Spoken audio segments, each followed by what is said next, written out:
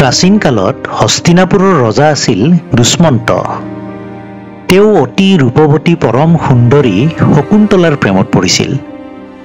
তেওঁলোকৰ প্ৰেম ইমানেই গাঢ় হৈছিল যে এদিন ৰাতি তেওঁলোকে লোকচক্ষুৰ আঁৰত মনে মনে গন্ধৰ্ব বিবাহ সম্পন্ন কৰিলে আৰু ইয়াৰ পাছত দুয়োৰে মাজত শাৰীৰিক সম্পৰ্ক স্থাপন হ'ল, যাৰ ফলত শকুন্তলা গৰ্ভৱতী হ'ল। কিন্তু কিছুদিনৰ পিছত যেতিয়া শকুন্তলাই গৰ্ভৱতী হোৱাৰ কথা ৰজা দুষ্মন্তৰ আগত ক'বলৈ গ'ল, তেতিয়া ৰজা দুষ্মন্তই শকুন্তলাক চিনি নাই পোৱা বুলি ক'লে আৰু সেই গৰ্ভস্থ সন্তানৰ পিতৃ তেওঁ কোনো পধ্যেই হ'ব নোৱাৰে বুলি কৈ শকুন্তলাক ৰাজপ্ৰসাদৰ পৰা খেদি পঠিয়ালে। কিন্তু কি কাৰণত ৰজা দুষ্মন্তই শকুন্তলাক ৰাজপ্ৰসাদৰ পৰা খেদি পঠিয়াইছিল? শকুন্তলা আচলতে কোন আছিল? শেষত তেওঁৰ গৰ্ভস্থ সন্তানটোৰ কি হ'ল? এই সকলোবোৰ ঘটনাক লৈয়েই আজিৰ এই ভিডিঅ'টো আপোনালোকলৈ আগবঢ়ালোঁ। দৰ্শকসকল, এই কাহিনীটোৰ উল্লেখ আছে মহাভাৰতৰ আদি পৰ্বত, কিন্তু আজিৰ এই ভিডিঅ'টো প্ৰস্তুত কৰা হৈছে মহাকবি কালিদাস দেৱৰ দ্বাৰা ৰচিত অভিজ্ঞান শকুন্তলম নামৰ নাটখনৰ আধাৰত। প্ৰাচীন কালৰ কথা। ৰজা বিশ্বমিত্ৰই মহৰ্ষি বশিষ্ঠৰ লগত যুদ্ধত পৰাজিত হৈ ৰাজধৰ্ম ত্যাগ কৰি ঋষি বিশ্বমিত্ৰ হিচাপে পৰিগণিত হৈছিল। ঋষি হোৱাৰ পিছত বিশ্বমিত্ৰই ঘোৰ তপস্যাত নিমগ্ন হ'ল। দিন যোৱাৰ লগে লগে বিশ্বমিত্ৰৰ তপস্যা পূৰ্বতকৈ অধিক গভীৰ হ'বলৈ ধৰিলে।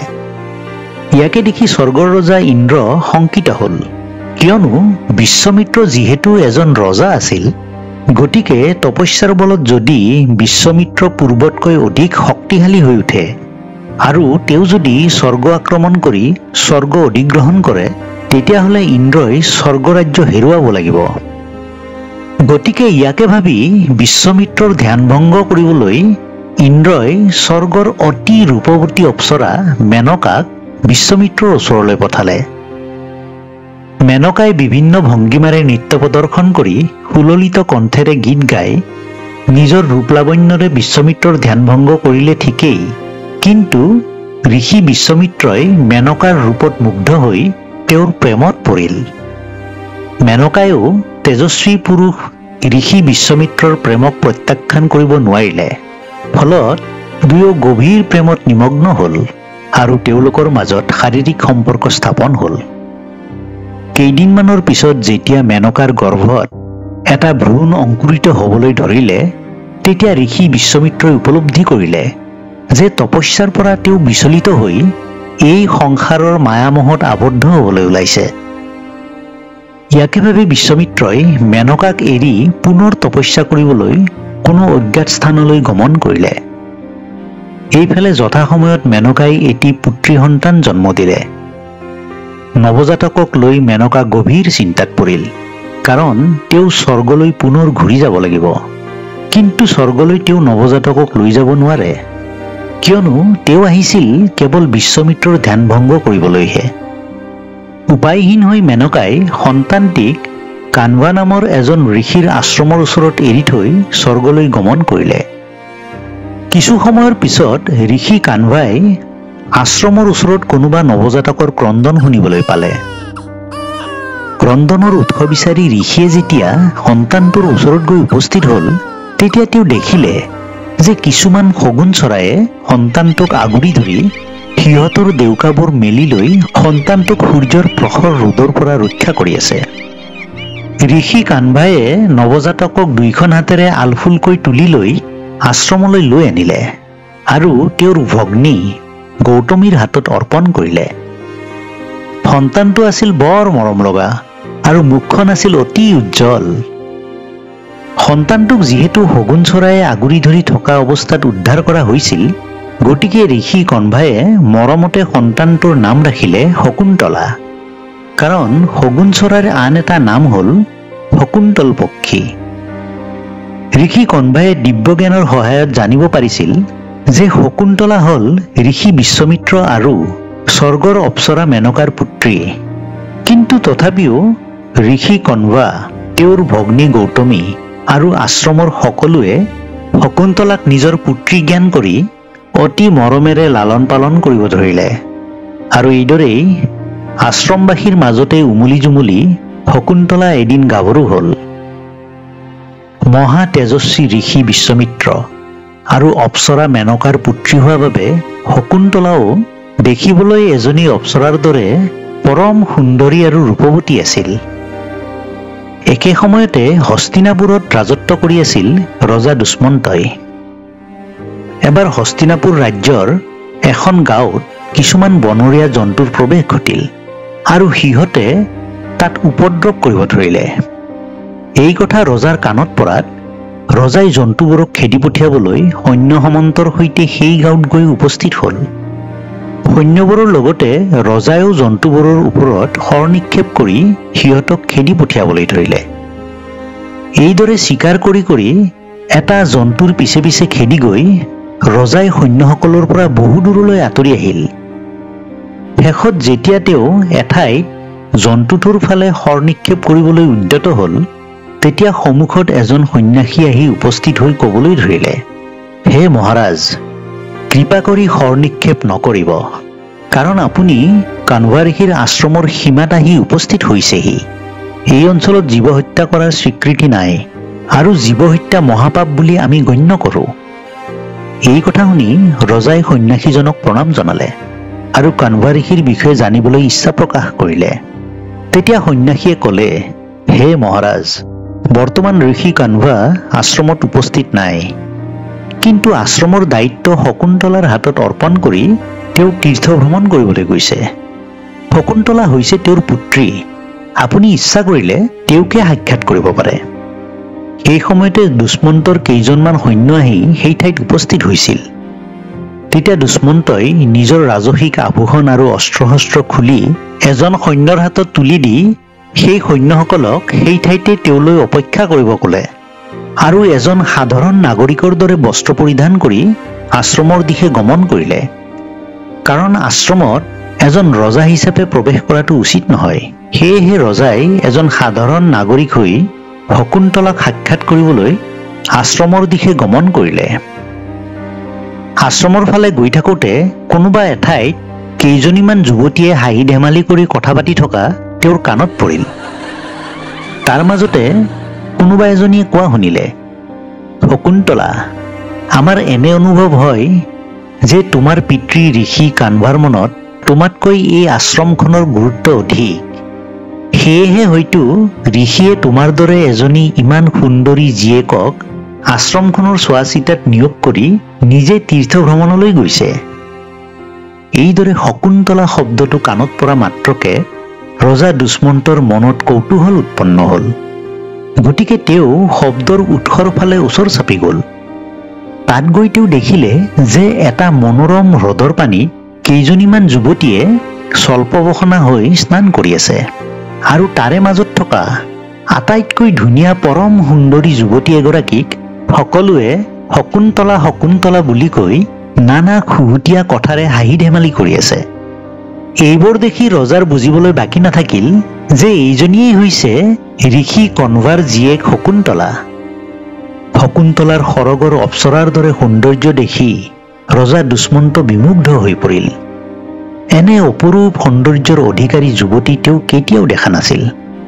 ৰজাই একে ঠাইতে থিয় হৈ থৰ লাগি কেৱল মাত্ৰ শকুন্তলাৰ ফালেই চাই থাকিল। কিন্তু জংঘলৰ আঁৰত লুকাই থকা বাবে শকুন্তলা আৰু তেওঁৰ বান্ধৱীবোৰে দুষ্মন্তক দেখা পোৱা নাছিল। তেনেতে দুষ্মন্তই দেখিলে যে এটা ভোমৰাই শকুন্তলাৰ কোমল গুলপীয়া উজ্জুৰিৰ ওচৰত উৰি ফুৰিছে আৰু শকুন্তলাই বাৰে বাৰে ভোমৰাটোক খেদিবলৈ প্ৰয়াস কৰি বিফল হৈছে। এই দৃশ্য দেখি দুষ্মন্তৰ অন্তৰত এক অবুজ শিহৰণে আলোড়নৰ সৃষ্টি কৰিলে। কাৰণ ভোমৰাটো খেদিবলৈ তেওঁ যে শকুন্তলাৰ ওচৰ চাপিব নোৱাৰে। তেওঁ মাথো নীৰৱ দৰ্শক হৈ চাই থাকিবলগীয়া হৈছে। কাৰণ স্নানৰত অৱস্থাত থকা যুৱতীবোৰে তেওঁক দেখিলে নিশ্চয় লজ্জাবোধ কৰিব, নতুবা ভয়ো খাব পাৰে। তেনেতে তেওঁ এজনী যুৱতীয়ে শকুন্তলাক কোৱা শুনিলে, হে শকুন্তলা, তুমি আমাৰ দেশৰ ৰজা দুষ্মন্তক স্মৰণ কৰাহেঁতেন হয়তো তেওঁ আহি তোমাক এই ভোমৰাটোৰ কবলৰ পৰা ৰক্ষা কৰিব পাৰিলেহেঁতেন। কাৰণ ৰজাৰ কৰ্তব্যই হৈছে প্ৰজাক ৰক্ষা কৰা। হয়তো ভোমৰাক খেদি ৰজাই চাগে তোমাৰ ৰূপ দেখি নিজেই ভোমোৰা হৈ তোমাৰ ওচৰত উৰি ফুৰিলহেঁতেন। এই বুলি কৈ আটাইকেইজনী যুৱতীয়ে পুনৰ হাঁহিব ধৰিলে। তেতিয়া লাজ পাই শকুন্তলাই ক'লে, এতিয়া ধেমালিৰ সময় নহয়, মোক তোমালোকে ভোমোৰাটোৰ পৰা ৰক্ষা কৰা। শকুন্তলাৰ এই কথা শুনি দুষ্মন্তই ভাবিলে যে এয়াই উপযুক্ত সময়। এই সময়তে মই শকুন্তলাৰ ওচৰত গৈ উপস্থিত হ'ব লাগিব। সেইমতেই দুষ্মন্তই গৈ হ্ৰদৰ পাৰত উপস্থিত হ'ল। তেওঁ যিহেতু সাধাৰণ বেশভূষা ধাৰণ কৰি আছিল, গতিকে শকুন্তলা আৰু তেওঁৰ বান্ধৱী কেইজনীয়ে ৰজাক চিনি পোৱা নাছিল। ৰজাই তেতিয়া ক'লে, তোমালোকে কিবা বিপদত পৰিছা নেকি? তোমালোকক কাৰোবাৰ সহায়ৰ প্ৰয়োজন বুলি শুনিবলৈ পালো। তোমালোকে ৰজা দুষ্মন্তক আমন্ত্ৰণ জনোৱাৰ কথা পাতি আছিলা। ৰজাৰ এই কথা শুনি সকলোৱে একমুখে ক'লে, নাই নাই, আমি এনেই ধেমালি কৰি আছিলো। মাথো এটা সাধাৰণ ভোমোৰাইহে শকুন্তলাক আমনি কৰি আছে, ইয়াৰ বাহিৰে বিশেষ একো নাই। পিছে আপুনি কোন? এই ঠাইত কেনেকৈ উপস্থিত হ'ল? যুৱতীকেইজনীৰ কথা শুনি দুষ্মন্তই কিবা এটা উত্তৰ দিবলৈ লওঁতেই সেই ঠাইত কেইজনমান সন্যাসী আহি উপস্থিত হ'ল। সন্যাসী কেইজনে দুষ্মন্তক চিনি পালে আৰু ক'লে, হে মহাৰাজ, আপুনি ইয়াত কেনেকৈ উপস্থিত হ'ল? তেতিয়া দুষ্মন্তই সন্যাসী কেইজনৰ আগত সকলো ঘটনা বিৱৰি ক'লে যে তেওঁ কেনেকৈ সেই ঠাইত আহি উপস্থিত হ'ল। সন্যাসী আৰু দুষ্মন্তৰ কথা বতৰা শুনি শকুন্তলা আৰু তেওঁৰ বান্ধৱী কেইজনীৰ বুজিবলৈ বাকী নাথাকিল যে এইজনেই হৈছে তেওঁলোকৰ ৰাজ্যৰ ৰজা দুষ্মন্ত। সন্যাসীসকলে ৰজা দুষ্মন্তক ক'লে, হে মহাৰাজ, আপুনি সঠিক সময়ত আহি আশ্ৰমত উপস্থিত হৈছে, কাৰণ আমি ইয়াত এখন যজ্ঞ আয়োজন কৰিছোঁ। ঋষি কণ্ভ আমাৰ মাজত উপস্থিত নাই, গতিকে যজ্ঞৰ সময়ত ৰাক্ষসসকলে ব্যাঘাত জন্মাব পাৰে। গতিকে হে মহাৰাজ, ৰাক্ষসৰ পৰা আমাৰ যজ্ঞ সুৰক্ষা প্ৰদান কৰিবলৈ আপোনাক অনুৰোধ জনালো। সন্যাসীসকলৰ কথাত ৰজাই সন্মতি প্ৰদান কৰিলে। তেনেতে ৰজাক বিচাৰি ৰজাৰ সৈতে অহা সৈন্যসকল সেই ঠাইত উপস্থিত হ'ল। ইয়াৰ পিছত সকলোৱে মিলি আশ্ৰমৰ চৌপাশত পহৰা দিবলৈ ধৰিলে আৰু সন্যাসীসকলে বিধিসন্মতভাৱে যজ্ঞৰ আয়োজন কৰিলে। যজ্ঞ সম্পন্ন হোৱালৈকে প্ৰায় ৪-৫ দিনমান দুষ্মন্ত ঋষি কানভাৰ আশ্ৰমতে থাকিবলগীয়া হ'ল। এই সময়ছোৱাৰ ভিতৰতে সুদৰ্শন যুৱক ৰজা দুষ্মন্ত আৰু শকুন্তলাৰ মাজত গভীৰ প্ৰেমৰ সম্পৰ্ক গঢ়ি উঠিল। এজনে আনজনক ক্ষণিকৰ বাবেও এৰি চলিব নোৱাৰা হ'ল। দুটি দেহ এক হোৱাৰ তাৰণাত এক অবুজ শিহৰণে দুয়োৰে হৃদয়ত ঢৌ খেলি গ'ল। এনেতে এদিন নিশা লোকচক্ষুৰ আঁৰত মনে মনে দুষ্মন্ত আৰু শকুন্তলাই গন্ধৰ্ব বিবাহ সম্পন্ন কৰিলে। এই বিবাহৰ সাক্ষী হৈ ৰ'ল মাথো জোন তৰা আৰু সেই নিশাৰ আন্ধাৰত ডুব যোৱা প্ৰকৃতি। ইয়াৰ পিছত তেওঁলোকৰ দুটি দেহ এক হৈ পৰিল, য'ত নাছিল কোনো আৱৰণ, ভয় বা শংকা, মাথো আছিল ইজনে আনজনৰ মাজত হেৰাই যোৱাৰ দুৰ্বাৰ হাবিয়াস আৰু অপৰিসীম মৰম আৰু ভালপোৱা। পিছদিনাখন ৰাতিপুৱা হস্তিনাপুৰৰ পৰা এক সংবাদ আহিল যে ৰাজমাতাই এক ৰাজ অনুষ্ঠানৰ আয়োজন কৰিছে, য'ত ৰজা দুষ্মন্তৰ উপস্থিতি অতি প্ৰয়োজন। এই সংবাদ লাভ কৰি ৰজা দুষ্মন্ত ধৰ্মসংকটত পৰিল। এইফালে ৰাজমাতাৰ আহ্বান আৰু আনফালে শকুন্তলাৰ সৈতে হ'ব লগা বিচ্ছেদৰ বেদনা। কাৰণ শকুন্তলাৰ পালক পিতৃ কানভাৰ অনুপস্থিতি আৰু আনুষ্ঠানিক বিবাহৰ অবিহনে শকুন্তলাক দুষ্মন্তই হস্তিনাপুৰলৈ লৈ যাব নোৱাৰে। গতিকে দুষ্মন্তই প্ৰতিশ্ৰুতি দি শকুন্তলাক ক'লে, হে প্ৰিয়ে, তোমাৰ পালক পিতৃ ঋষি কানভা যেতিয়ালৈ উভতি আহিব তেতিয়ালৈ ময়ো হস্তিনাপুৰৰ ৰাজ অনুষ্ঠান সমাপন কৰি পুনৰ এই আশ্ৰমত আহি উপস্থিত হ'ম আৰু তেতিয়া ঋষি কানভাৰ আশীৰ্বাদ গ্ৰহণ কৰি তেওঁৰ অনুমতি অনুসৰি সম্পূৰ্ণ ৰাজমৰ্যাদাৰে তোমাক ৰাজৰাণী কৰি মোৰ সৈতে হস্তিনাপুৰলৈ লৈ যাম। গতিকে তুমি কোনো দুখ নকৰিবা, অতি শীঘ্ৰে মই তোমাৰ ওচৰলৈ ঘূৰি আহিম। এইদৰে প্ৰতিশ্ৰুতি দি দুষ্মন্ত হস্তিনাপুৰলৈ গমন কৰিলে। প্ৰিয়তমৰ সৈতে হোৱা আকস্মিক বিচ্ছেদত শকুন্তলাৰ হৃদয়ত এক অবুজ শূন্যতাই ভুমুকি মাৰিলে। তথাপিও দুষ্মন্তৰ সৈতে অতিবাহিত কৰা মধুৰ মুহূৰ্তবোৰ ৰোমন্থন কৰি শকুন্তলাই নিজকে সান্তনা দিবলৈ প্ৰয়াস কৰিলে। দুষ্মন্ত পুনৰ ঘূৰি অহা আশা আৰু তেওঁৰ সৈতে হোৱা বিচ্ছেদৰ বেদনা বুকুত কঢ়িয়াই লৈ চৌপাশৰ পৰিৱেশ পাহৰি শকুন্তলা চিন্তাৰ সাগৰত ডুব গ'ল। এনেতে ঋষি দুৰ্বাসাৰ সেই আশ্ৰমত আগমন ঘটিল। ঋষি দুৰ্বাসা আছিল দেৱাদিদেৱ মহাদেৱৰ ৰুদ্ৰৰূপৰ এটা অংশ। সেয়েহে ঋষি দুৰ্বাসা অতি শীঘ্ৰে ক্ৰোধিত হৈ পৰিছিল।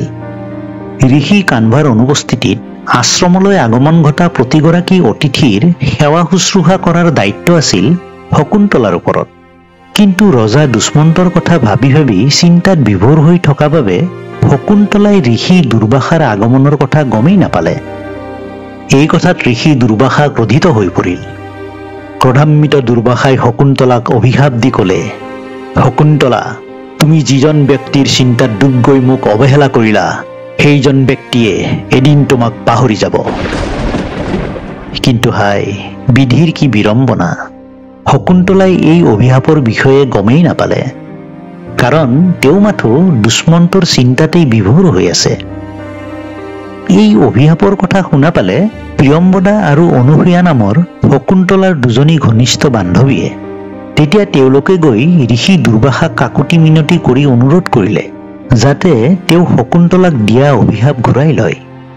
তেতিয়া ঋষি দুৰ্বাসাই ক'লে, অভিশাপ ঘূৰাই লোৱা সম্ভৱ নহয়, কিন্তু যদিহে শকুন্তলাই তেওঁৰ প্ৰেমিকে প্ৰদান কৰা কিবা চিহ্ন বা বস্তু তেওঁৰ প্ৰেমিকক দেখুৱাব পাৰে, তেতিয়া তেওঁৰ প্ৰেমিকে তেওঁক চিনি পাবলৈ সক্ষম হ'ব।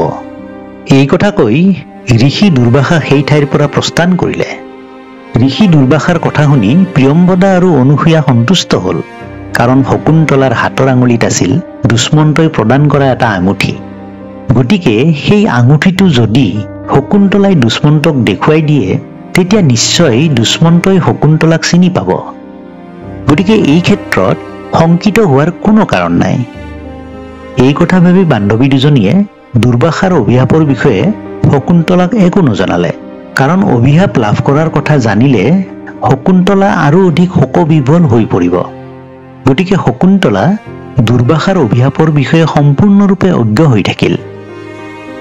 এইফালে লাহে লাহে শকুন্তলাৰ গৰ্ভত এটি ভ্ৰূণৰ অংকুৰণ ঘটিল, যি আছিল শকুন্তলা আৰু দুষ্মন্তৰ প্ৰেমৰ চিহ্ন। ইয়াকে লৈ শকুন্তলা বৰ চিন্তিত হ'ল। তেওঁ ভাবিলে যে এই বিষয়ে তেওঁৰ পিতৃ ঋষি কণভাক কিদৰে জনাব। কেইদিনমানৰ পিছতে তীৰ্থভ্ৰমণ সম্পন্ন কৰি ঋষি কণভা আহি আশ্ৰমত উপস্থিত হ'ল।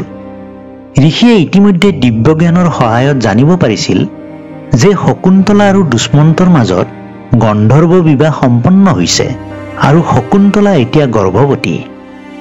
এই কথা জানিব পাৰি ঋষি কানভা সন্তুষ্ট হৈছিল, কাৰণ শকুন্তলা হ'ল ৰজা বিশ্বমিত্ৰ আৰু সৰগৰ অপ্সৰা মেনকাৰ পুত্ৰী, আৰু শকুন্তলাৰ বিবাহ সম্পন্ন হৈছে এজন ৰজাৰ লগত। গতিকে বৰ্ণ ব্যৱস্থাৰ ফালৰ পৰাও ইয়াত আপত্তি কৰাৰ কোনো কাৰণ নাই। সেয়েহে ঋষি কণভাই শকুন্তলাক ক'লে, হে পুত্ৰী, ৰজা দুষ্মন্তই যদি কোনো কাৰণবশতঃ তোমাক নিবলৈ ইয়ালৈ অহা নাই, তেতিয়াহ'লে এজন পিতৃ হিচাপে মোৰ দায়িত্ব হ'ল তোমাক তোমাৰ স্বামী গৃহলৈ প্ৰেৰণ কৰা। কাৰণ এগৰাকী বিবাহিত নাৰীৰ বাবে স্বামী গৃহই হৈছে প্ৰকৃত ঠিকনা। ইয়াৰ উপৰিও গৰ্ভস্থ সন্তানটিৰ লালন পালনৰ ক্ষেত্ৰত পিতৃৰ প্ৰয়োজন আছে। এই কথা আলোচনা কৰি ঋষি কণভয়ে তেওঁৰ ভগ্নী গৌতমী আৰু দুজন ঋষি কুমাৰৰ সৈতে শকুন্তলাক হস্তিনাপুৰলৈ প্ৰেৰণ কৰিবলৈ যোজা কৰিলে। শকুন্তলা যেতিয়া হস্তিনাপুৰলৈ যাবলৈ ওলাল, তেতিয়া বিদায়ৰ দুখত কণভা ঋষিৰ চকুলনি গৰিল। পিতৃৰ চকুত চকুলো দেখি শকুন্তলাই দুখমনেৰে সুধিলে, হে পিতা, আপুনি কান্দিছে কিয়? আপুনি এজন মহৰ্ষি, সংসাৰৰ মায়ামোহে আপোনাক বিচলিত কৰিব নোৱাৰে। তেতিয়া ঋষিয়ে কম্পিত কণ্ঠেৰে ক'লে, হে পুত্ৰী, মই যদিও ঋষি, কিন্তু মই এজন পিতৃ। যিজন পিতৃক পুত্ৰীৰ বিদায়ৰ দুখে বিচলিত কৰিব নোৱাৰে, সেইজন মনুষ্য হ'ব নোৱাৰে। যেতিয়ালৈ পৃথিৱীত মানৱ জাতি জীয়াই থাকিব, তেতিয়ালৈ পুত্ৰীৰ বিদায়ৰ বেলাত এজন পিতৃয়ে সদায় চকুলো থকিব। এই বুলি কৈ ঋষি কণভা কান্দি উঠিল। পিতৃৰ চকুত চকুলো দেখি শকুন্তলাৰো দুচকু সেমেকি উঠিল। কিন্তু তেওঁ যে হস্তিনাপুৰলৈ যাবই লাগিব। কানভা ঋষিৰ আশ্ৰমৰ পৰা হস্তিনাপুৰৰ দূৰত্ব প্ৰায় 2 দিনৰ বাট। ঋষি কানভাৰ চৰণত ধৰি আশীৰ্বাদ লৈ শকুন্তলা, গৌতমী আৰু 2জন ঋষি কুমাৰে হস্তিনাপুৰলৈ যাত্ৰা আৰম্ভ কৰিলে। প্ৰথম দিনাখন দীঘলীয়া যাত্ৰাপথ অতিক্ৰম কৰাৰ অন্তত দ্বিতীয় দিনাখন আটাইকেইজনে এঠাইত জিৰণি ল'লে আৰু স্নান আদি কাৰ্য সম্পন্ন কৰিবলৈ ওচৰতে থকা এখন নদীত নামিল। শকুন্তলায়ো যেতিয়া স্নান কৰিবলৈ নদীত নামিল, তেতিয়া শকুন্তলাৰ হাতৰ আঙুলিত থকা ৰজা দুষ্মন্তই প্ৰদান কৰা একমাত্ৰ আঙুঠিটো পানীত পৰি গ'ল। সেই সময়তে পানীত থকা মাছ এটা আহি সেই আঙুঠিটো ভক্ষণ কৰিলে। নিজৰ প্ৰিয়তমক লগ পোৱাৰ উৎকণ্ঠাত শকুন্তলাই গমেই নাপালে যে তেওঁৰ হাতৰ পৰা আঙুঠিটো পানীত পৰি গ'ল। কাৰণ পৃথিৱীৰ সকলো কথা আওকাণ কৰি শকুন্তলাই কেৱল ৰজা দুষ্মন্তৰ ভাৱনাতেই বিলীন হৈ আছিল। ইয়াৰ পিছত তেওঁলোকে পুনৰ যাত্ৰা আৰম্ভ কৰিলে। বহু সময় যাত্ৰা কৰাৰ অন্তত অৱশেষত তেওঁলোকে গৈ ৰজা দুষ্মন্তৰ ৰাজসভাত উপস্থিত হ'ল। এজনী গৰ্ভৱতী স্ত্ৰী, এজনী বৃদ্ধ তপস্বিনী নাৰী আৰু 2জন ঋষি কুমাৰ এইদৰে ৰাজসভাত গৈ উপস্থিত হোৱাত ৰজাৰ লগতে ৰাজসভাত উপস্থিত সকলো ব্যক্তি আচৰিত হ'ল। তেওঁলোকক দেখি ৰজা দুষ্মন্তই সুধিলে, আপোনালোক কোন? কি কাৰণত ইয়ালৈ আহিছে আৰু ক'ৰ পৰা আহিছে? দুৰ্বাসাৰ অভিশাপৰ ফলত ইতিমধ্যে দুষ্মন্তই শকুন্তলাক পাহৰি গৈছিল। গতিকে সন্মুখত শকুন্তলাক দেখিও দুষ্মন্তই শকুন্তলাক চিনি পোৱা নাছিল। ৰজাৰ প্ৰশ্ন শুনি গৌতমীয়ে ক'লে, হে মহাৰাজ, আপুনি হয়তো পাহৰি গৈছে যে এই গৰ্ভৱতী যুৱতীগৰাকী হৈছে শকুন্তলা, যাৰ সৈতে আপুনি গন্ধৰ্ব বিবাহ সম্পন্ন কৰিছিল। তেওঁৰ গৰ্ভস্থ সন্তানৰ পিতৃ আপুনি। গতিকে হে মহাৰাজ, আপুনি শকুন্তলাক পত্নী হিচাপে গ্ৰহণ কৰক আৰু তেওঁৰ গৰ্ভস্থ সন্তানটোৰ পিতৃ বুলি নিজক স্বীকৃতি দিয়ক। গৌতমীৰ কথা শুনি ৰজা দুষ্মন্ত হতবাক হৈ পৰিল। তেওঁ কোনো প্ৰকাৰেই মনত পেলাব পৰা নাই যে তেওঁ জীৱনত শকুন্তলাক কেতিয়াবা কৰবাত লগ পাইছিল। বিবাহ আৰু সন্তানটো দূৰৰেই কথা। গতিকে ৰজাই ক'লে, হে দেৱী, মই ঋষি কানভাৰ আশ্ৰমলৈ যোৱাটো মোৰ মনত আছে, কিন্তু এই যুৱতীগৰাকীক লগ পোৱাৰ কথা মোৰ মনত পৰা নাই। যুৱতীগৰাকী অতি ৰূপৱতী, এয়া মই স্বীকাৰ কৰিছোঁ। এনে ৰূপৱতী যুৱতী মই কেতিয়াও প্ৰত্যক্ষ কৰা নাই। মই নিশ্চিতভাৱে তেওঁক মোৰ পত্নী হিচাপে স্বীকাৰ কৰিলোহেঁতেন, যদিহে তেওঁ গৰ্ভৱতী নহ'লহেঁতেন। কিন্তু এতিয়া কোনে জানে যে তেওঁ গৰ্ভত কাৰ সন্তান ধাৰণ কৰিছে? গতিকে মই কোনো অচিনাকি ব্যক্তিৰ গৰ্ভস্থ সন্তানক হস্তিনাপুৰৰ উত্তৰাধিকাৰী হিচাপে স্বীকৃতি দিব নোৱাৰোঁ। ৰজা দুষ্মন্তৰ মুখত এনে নিৰ্মোহ উত্তৰ শুনা পাই শকুন্তলা হতচকিত হৈ পৰিল। দুষ্মন্তৰ প্ৰতিটো কথাই যেন তেওঁৰ বুকুত বিন্ধি ইপাৰ সিপাৰ হৈ গৈছে। শকুন্তলা এই বিষয়ে সম্পূৰ্ণৰূপে অজ্ঞ আছিল যে ঋষি দুৰ্বাসাৰ সাপৰ প্ৰভাৱতহে দুষ্মন্তই তেওঁক পাহৰি গৈছে। গতিকে শকুন্তলাই ভাবিলে যে ৰজা দুষ্মন্তই মিথ্যাচাৰৰ আশ্ৰয় লৈছে। ৰজাই মাথো তেওঁৰ সৈতে কামনাহে চৰিতাৰ্থ কৰিলে আৰু তেওঁৰ শৰীৰটোক উপভোগ কৰিলে মাথো। তেওঁৰ গৰ্ভত থকা সন্তানটো হ'ল তেওঁলোকৰ প্ৰেমৰ প্ৰতীক। অথচ আজি সেই গৰ্ভস্থ সন্তানটোৰ পিতৃ বুলি নিজকে স্বীকৃতি দিবলৈ দুষ্মন্তই অস্বীকাৰ কৰিছে। অৰ্থাৎ ৰজা দুষ্মন্তই তেওঁৰ প্ৰতি দেখুওৱা প্ৰেম আছিল মিছা। এয়া ঘোৰ প্ৰতাৰণা। এইবোৰ ভাবি ভাবি শকুন্তলাৰ নিজৰ ওপৰতেই পুতু উপজিল। তেওঁ নিজকে অভাগিনী বুলি ভাবিবলৈ ধৰিলে। কাৰণ তেওঁ মাতৃগৰ্ভত থাকোঁতে তেওঁৰ পিতৃ বিশ্বমিত্ৰই তেওঁক পৰিত্যাগ কৰিছিল। জন্মৰ সময়ত তেওঁৰ মাতৃ মেনকাই তেওঁক পৰিত্যাগ কৰিলে আৰু এতিয়া তেওঁৰ গৰ্ভত এটা ভ্ৰূণ প্ৰতিষ্ঠা কৰি তেওঁৰ স্বামীয়ে তেওঁক স্বীকাৰ কৰিব খোজা নাই। এই কথাবোৰ ভাবি শকুন্তলাৰ অন্তৰত হতাশা, দুখ আৰু ক্ষোভে হেঁচা মাৰি ধৰিলে। গতিকে শকুন্তলাই ৰজা দুষ্মন্তক নানাভাৱে ধিক্কাৰ দিলে আৰু কটু কথা শুনালে। তেতিয়া দুষ্মন্তই ক'লে, হে শকুন্তলা, তুমি মিছাতে ক্ষোভিত হৈছা। তুমি এই কথা প্ৰমাণ কৰা যে মই তোমাক বিবাহ কৰাইছিলোঁ। তেতিয়া শকুন্তলাই ক'লে, আপুনি মোক গন্ধৰ্ব বিবাহ কৰাইছিল, যি বিবাহৰ সাক্ষী আছিল মাত্ৰ জোন, তৰা আৰু সেই নিশাৰ এন্ধাৰবোৰ, আৰু কেৱল তাত উপস্থিত আছিলোঁ আপুনি আৰু মই। অৱশ্যে সেই নিশা আপুনি মোক এটি আঙুঠি পিন্ধাই দিছিল। এইদৰে আঙুঠিৰ কথাটো মনত অহাৰ লগে লগে শকুন্তলাই তেওঁৰ হাতৰ আঙুলিত পিন্ধি থকা আঙুঠিটোৰ ফালে চালে, কিন্তু কি আচৰিত, আঙুঠিটো তেওঁৰ হাতৰ আঙুলিত নাই। আঙুঠিবিহীন হাত দুখন দেখি শকুন্তলা শিল পৰা কপোৰ দৰে হ'ল। তেওঁৰ চিনাকি দিব পৰা শেষ ভৰসা আছিল আঙুঠিটো, আৰু এতিয়া সেইটোও লগত নাই। এই সকলোবোৰ দেখি শুনি ৰাজসভাত উপস্থিত আটাইবোৰে শকুন্তলাক কটাক্ষ কৰি হাঁহিব ধৰিলে। ৰজাইও ভাবি ল'লে যে এয়া নিশ্চয় এক ঘোৰ ষড়যন্ত্ৰ।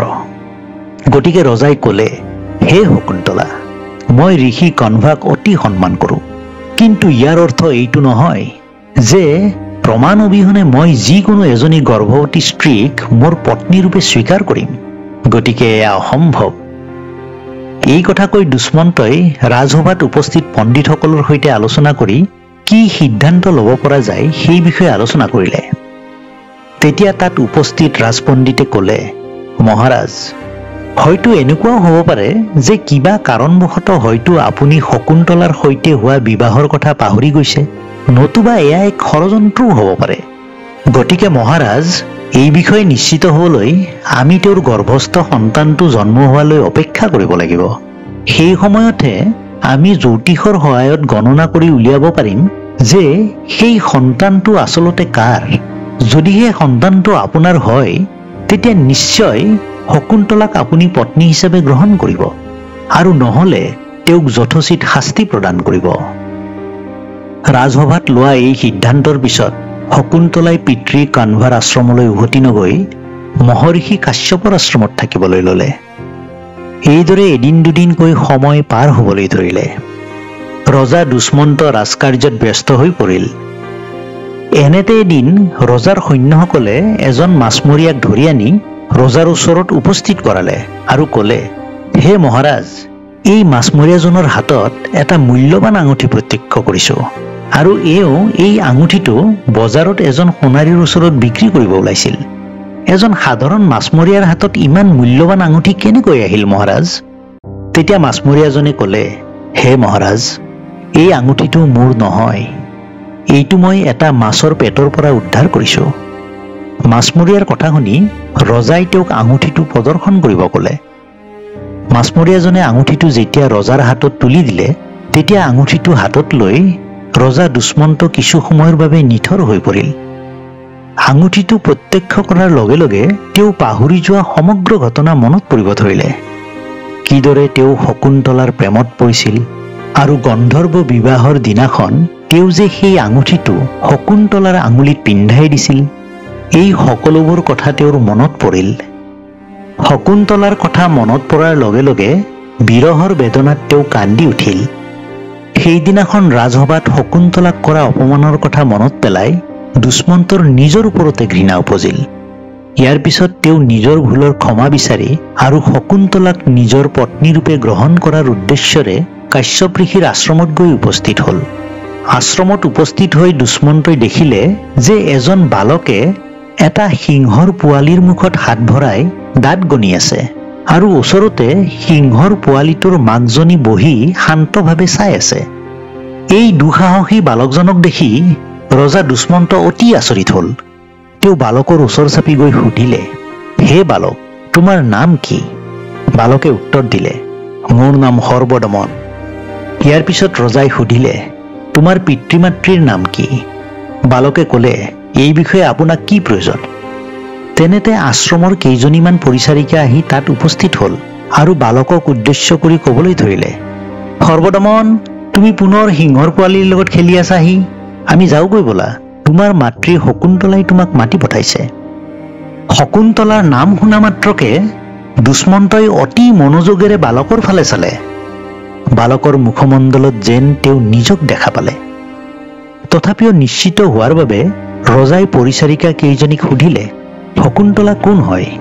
ৰজাৰ কথাত গুৰুত্ব নিদি এজনী পৰিচাৰিকাই সৰ্বদমনক সুধিলে, সৰ্বদমন, তোমাৰ হাতত বান্ধি থোৱা মন্ত্ৰপুত সূতাডাল কলৈ গ'ল, যিডাল মহৰ্ষি কাশ্যপে তোমাৰ হাতত বান্ধি দিছিল?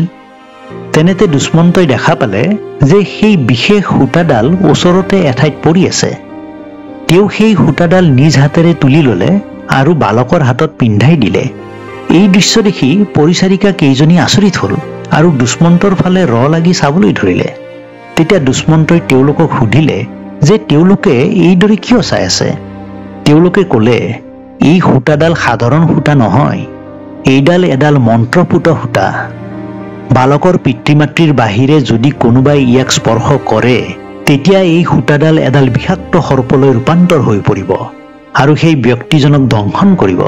কিন্তু আপুনি ইয়াৰ বিপৰীত, আপুনি আচলতে কোন? তেতিয়া ৰজাই উত্তৰ দিলে, মই ৰজা দুষ্মন্ত। সেই সময়তে শকুন্তলা আহি সেই ঠাইত উপস্থিত হ'ল। ৰজাই শকুন্তলাক দেখি ব্যাকুল হৈ পৰিল। কিন্তু শকুন্তলাই ৰজাক বিশেষ গুৰুত্ব নিদিয়াকৈ সৰ্বদমনৰ হাতত ধৰি আশ্ৰমৰ ফালে যাবলৈ ধৰিলে। কাৰণ সিদিনাখন ৰাজসভাত হোৱা অপমানৰ কথা শকুন্তলাই আজিও পাহৰা নাই। দুষ্মন্তই শকুন্তলাৰ পিছে পিছে গৈ তেওঁ কৰা ভুলৰ বাবে ক্ষমা বিচাৰিলে। কিন্তু শকুন্তলাই ৰজাক ক্ষমা কৰিব পৰা নাছিল। কাৰণ তেওঁ ভাবিছিল যে দুষ্মন্তই কেৱল মাত্ৰ তেওঁক উপভোগহে কৰিলে, কিন্তু পত্নীৰ মৰ্যাদা দিব নোৱাৰিলে। এনেতে শকুন্তলাৰ ওচৰত ঋষি কাশ্যপ আহি উপস্থিত হ'ল আৰু ঋষি দুৰ্বাসাৰ অভিশাপৰ ফলতহে যে দুষ্মন্তই শকুন্তলাক পাহৰি গৈছিল সেই বিষয়ে জনালে। গতিকে ৰজা দুষ্মন্তৰ যে এই ক্ষেত্ৰত কোনো ভুল নাই সেয়া মানি ল'বলৈ শকুন্তলাক অনুৰোধ কৰিলে। ঋষি কাশ্যপৰ কথা শুনি শকুন্তলা শান্ত হ'ল আৰু তেওঁ ৰজা দুষ্মন্তক ক্ষমা কৰিলে। ইয়াৰ পিছত ৰজাই শকুন্তলাক পত্নী হিচাপে গ্ৰহণ কৰিলে আৰু পত্নী পুত্ৰক আঁকোৱালি লৈ ৰজাই হস্তিনাপুৰলৈ গমন কৰিলে। শকুন্তলা আৰু দুষ্মন্তৰ পুত্ৰ সৰ্বদমন সময়ত গৈ ভৰত নামেৰে বিখ্যাত হ'ল আৰু এই ভৰত ৰজাৰ নামেৰেই আমাৰ দেশৰ নাম হ'ল ভাৰত। দৰ্শকসকল, এয়াই আছিল শকুন্তলা আৰু দুষ্মন্তৰ প্ৰেম কাহিনী। আজিৰ এই কাহিনীটো আপোনালোকৰ কেনেকুৱা লাগিল ভিডিঅ'টোৰ তলত কমেণ্ট কৰি জনাবলৈ নাপাহৰিব। আৰু যদিহে ভিডিঅ'টো আপোনালোকে ভাল পালে অনুগ্ৰহ কৰি লাইক বাটনটো প্ৰেছ কৰি দিব। আৰু এতিয়ালৈকে যদি মোৰ এই চেনেলটো আপোনালোকে ছাবস্ক্ৰাইব কৰা নাই অনুগ্ৰহ কৰি ছাবস্ক্ৰাইব কৰি ল'ব আৰু ওচৰতে থকা বেল আইকনটো প্ৰেছ কৰি ৰাখি দিব। তেতিয়াহ'লে আগলৈ আহিবলগীয়া এনেকুৱা ধৰণৰ ভিডিঅ'সমূহৰ আপডেট আপোনালোকে পাই থাকিব। গতিকে দৰ্শকসকল, আজিৰ ভিডিঅ'টো এইখিনিতে সামৰিছোঁ। ধন্যবাদ।